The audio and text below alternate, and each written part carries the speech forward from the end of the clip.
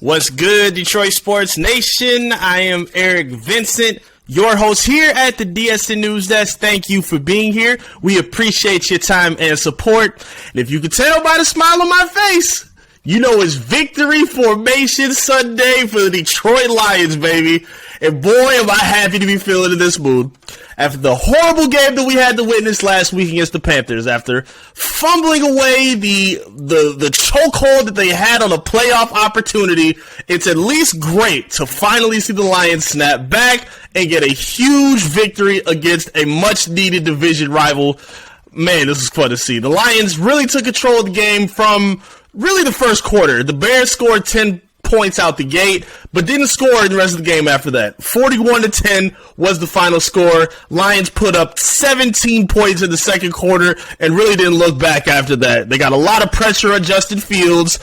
He got rolling on one or two plays early in the first quarter where he had big 60-yard runs, I think a 30-yard run after that as well, and he was able to get the offense moving on his legs. But outside of that, the pass game, the Lions did a number on him defensively, and Lions fans had to see a lot of jokes and slander and weird commentary from the Chicago Bears base of the NFL online, because we saw fans and media members crying about how they feel Justin Fields is a slept-on quarterback in the NFL. Like, we sit up here talking about a Lamar Jackson type QB. Like, Justin Fields is playing like Michael Vick or something like that. Justin Fields has been average at best on an individual standpoint performance. And that's only in regards to because he has the speed and the playmaking ability with his legs. Outside of that, Justin Fields is anything but impressive. And the Lions did a fantastic job of proving that on defense. I don't want to ever hear about a quarterback being underrated if you can't throw for 100 yards in a game. I don't care who you are. And again, mind you, this is a top 10 first round pick. And he can't throw for 100 yards against this Lions putrid defense that's led up and surrendered games to Billy Zappi and Geno Smith. You're telling me that almighty Justin Fields can't get 100 yards throwing against the Lions?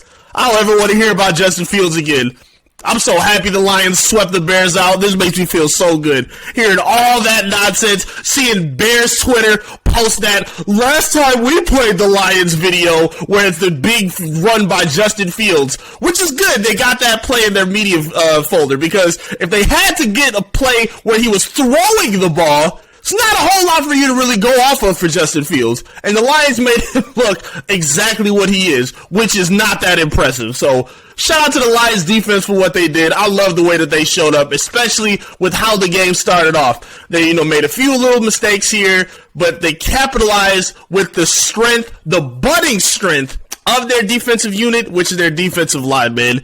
7 sacks on Justin Fields today. And again, the narrative throughout the whole season was that the Lions had struggled against mobile quarterbacks. You hang up 7 sacks against Justin Fields in a game where you needed this more than anything. This was a huge game. You get one from Kaminsky, you get a half sack by rookie safety, Melifanu. I think I'm saying his name wrong. I apologize if I am. Half a sack for Hutchinson, who also got a fumble recovery and an interception. We're going to talk about Hutch in a second. You get 2 sacks from Josh Paschal, who just got back in the rotation, and showing that he can be assertive and effective in this rotation. And of course, the breakout star on the way.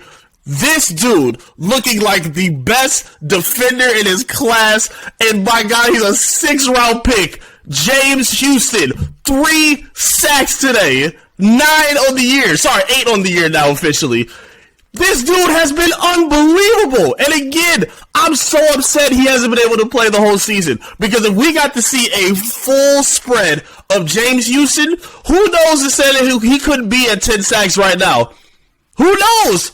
Who knows if he could be teetering around 12 at this point with the creativity that he puts up on the defensive line, the unbelievable sudden burst that he has to close in on a ball carrier, whether it's a mobile quarterback or a running back, it doesn't matter.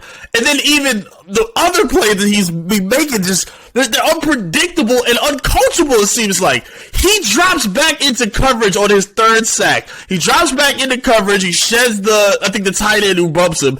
And then he sees that Field is spreading out and about to run. He closes in instantly as Field continues to hold the ball, and he wraps him down and brings him down for a sack. James Houston has been absolutely sensational. The steal of the draft. The monster, the problem child that they call him. He has been literally the definition of that. He explodes off your film every time you watch it. And you know what? I'm tired of protecting it and being humble at this point because I see people comparing him. I see people hyping him up. And I try not to go too crazy on, comps and things of the sort. Anybody calling this man Von Miller at this point, I'm okay with it. If anybody is comparing James Houston to Von Miller at this point, I'm okay with it. Because his bend, his sudden ability to, edge around a tackle to get in on the quarterback and bring him down by his legs, which is very Von Miller-like. His ability to do creative moves off of the line, whether it's the skip to my Lou or the spin move that he pulls off, where he's able to bend and, keep his legs. It seems like he's like parallel down to the ground with his speed and his burst. To me, I love Aiden Hutchinson, and the thing I want to talk about with Aiden is really important, but to me, I feel like James Houston is showing to be the best pass rusher on this team right now. I don't think that's a hot take, and I don't think that's a bad thing. I think Aiden Hutchinson, is putting himself higher and higher in the defensive rookie of the year conversation, just in his ways of how he affects the game in a plethora of different ways. He's a great pass rusher. He's giving support in run support. He's dropping back in coverage. Again, he got another interception. He's making plays outside of just one aspect. And that's been the big argument for Sauce Gardner. Sauce has been so elite in coverage, as a rookie. And that's fantastic. But that's just one aspect of the game, pass coverage. And it's good to see that from a rookie, but Aiden's doing good at pass coverage. He's also doing good at rushing the quarterback and bringing down your running game. He's doing a lot of different things that I think it also, on top of that, creating turnovers to go with it. So, to me, I think he deserves to be at the top of that conversation. And you can even put James Houston in at this point. Granted, I don't think he'll win because he didn't play the whole season, but to me, he looks like the Lions' best pass rusher, and having that 1-2 dynamic, knowing you're probably going to add another pass rusher this offseason with the resources you have in free agency or the draft, this defense is going to look terrifying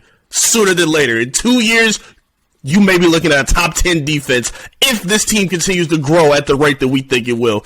So I'm so happy with the defensive line, man. Shout out to everything that they did. Offense came to play as well. This is a very good game, a very good showing by the offense in the pass game and the run game, because the run game has been invisible for the past few weeks. We haven't seen Jamal Williams in the end zone in a while. DeAndre Swift looks like he's running in mud and running side to side instead of forward. We were seeing a lot of stagnant play in the run game. But now we finally see them revive and come back to life in the game where you needed it. 265 yards total, 144 yards for Jamal Williams on 22 touches. Got his 15th touchdown of the season. I think he's one shy of passing Barry Sanders for the rushing total touchdown record for the Lions. DeAndre Swift having a much-needed performance game that he had. I think he's settling in now as the second complimentary back while Jamal Williams is carrying the majority of the rock. Because, again, he got 22 touches today while DeAndre carried the ball 11 times. Was also involved in the passing game, but again, he's kind of taking on that scat back role so they can keep him on the field and give him opportunities to operate in space and be that big game playmaker that he is. And we saw it today. Scored a touchdown on the run, ran for 78 yards, caught 4 passes for 39 yards and got a touchdown out of it. He was very involved in those two aspects as a two-way running back. And it was really encouraging to see that, knowing he needs it too. He hasn't been very consistent with his game this season because of his health, but we see, behind this offensive line, with the weapons around in this offense, he can be very dynamic when he's on the field. They've shown that with the creativity of Ben Johnson, with how nasty this offensive line is. When you put him in position to thrive in open space, he's a very effective player. The biggest run of the game arguably was not even one of the running backs. We finally got another J-Mo sighting, and I don't like that they only give him one pop a game to show what he can do, because when you saw what he did today, you feed an itch to want to see him touch the ball more and more. And again, just like we were talking about with DeAndre, you want to see him have it in open space, because, oh my goodness, Jameson Williams on an end around for 40 yards where he's able to sprint and show off those wheels that made the Lions want to trade up for him in the first place in the draft last season. This dude shows to be as explosive as we thought he was going to be. Now, granted, it's only been a limited sample size because they're still not giving him a whole lot of targets. And even when they do, for whatever reason, Jared Goff is skipping the ball in the ground and can't put it in his chest or throw it to his hands where he can even make a play on the ball. Makes no sense to me. People want to ride out with that and be fine with it. It bothers me, but whatever. They got the win. Doesn't matter. We're not going to get into that. The point is, I want to see Jameson Williams have that big playability a little bit more often. And even if it's not that, just give him something where he's shown to be effective, or at least utilizing this offense. Even if it's just like what we saw, it's reverses, quick little bubble screens or jet screens, get him on anything besides just the simple go routes. Like, we know he can do the go routes, but you don't want to exhaust him by just doing that every other, series when he plays. Get him involved in other ways, man. He gives you more. He gives you way more, and I think it's time that the Lions start exploring that. Again, I don't want it to sacrifice what they're doing, but I think you're at a point where you can get him a little bit more involved. And looking at how Jared Goff was able to spread the ball around, I think he could have did that. But he did. Again, this is a good job by Jared Goff today. 21 to 29. 255, 3 touchdowns, took care of the football very well. Still has not turned it over. I think just about under 300 pass attempts. He has been very efficient and very methodical with the football. Again, there's sometimes where the offense can look a little stagnant with him, but this is not one of those games. He was clicking on all cylinders. He had all time to throw it. His receivers were getting open. Found Amon-Ra St. Brown for 4 catches and put him at 100 catches for the season. 100 catches for the season for Amon-Ra. Congratulations for him.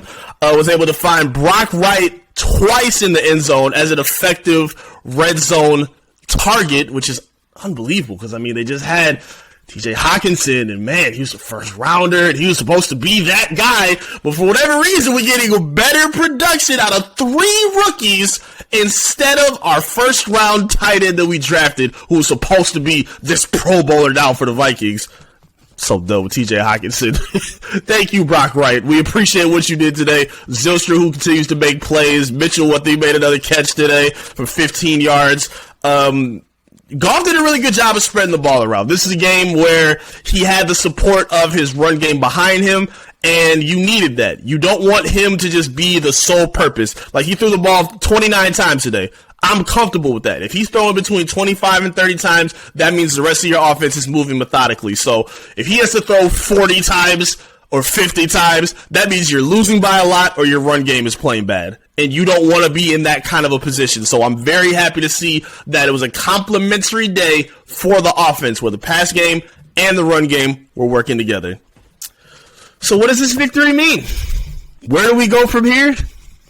We go to one of the most stressful games that we go to anticipate and that we've dealt with in quite some time.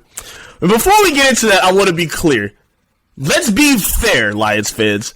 The Lions have surpassed all expectations. All fair expectations before the season that were set, the Lions have passed all of them.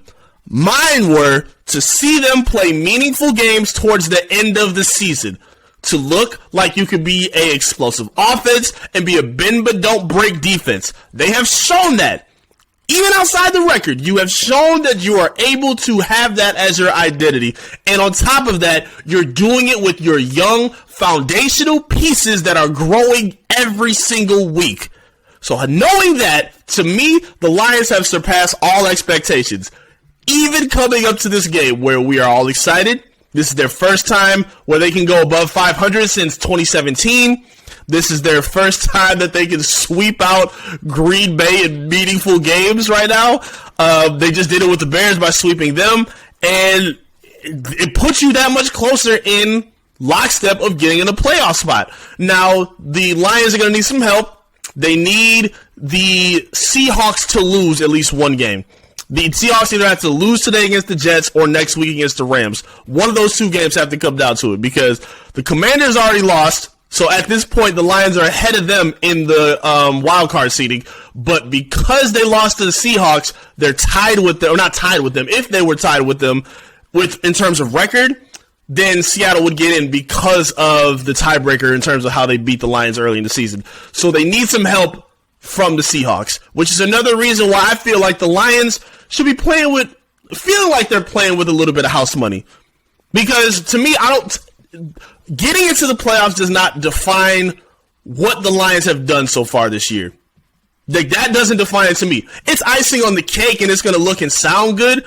But to me, seeing this young team and this young coaching staff and these players gel together through adversity to start the season and to put themselves in this position where these games matter and they're playing great football on both sides of the football, I think you're in a position where, again, since they lost to the Panthers, they need assistance and help from other teams in terms of losing. So whether they make the playoffs or whether they beat the Packers does not decide how this season goes.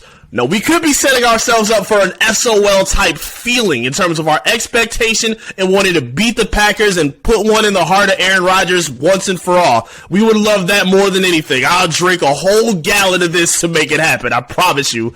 But I think at this point, we need to be a little bit fair in terms of what we're seeing with this young team. We want them to beat the Packers. I think they can beat the Packers. I'll double down on that. I think they will beat the Packers. I think they will.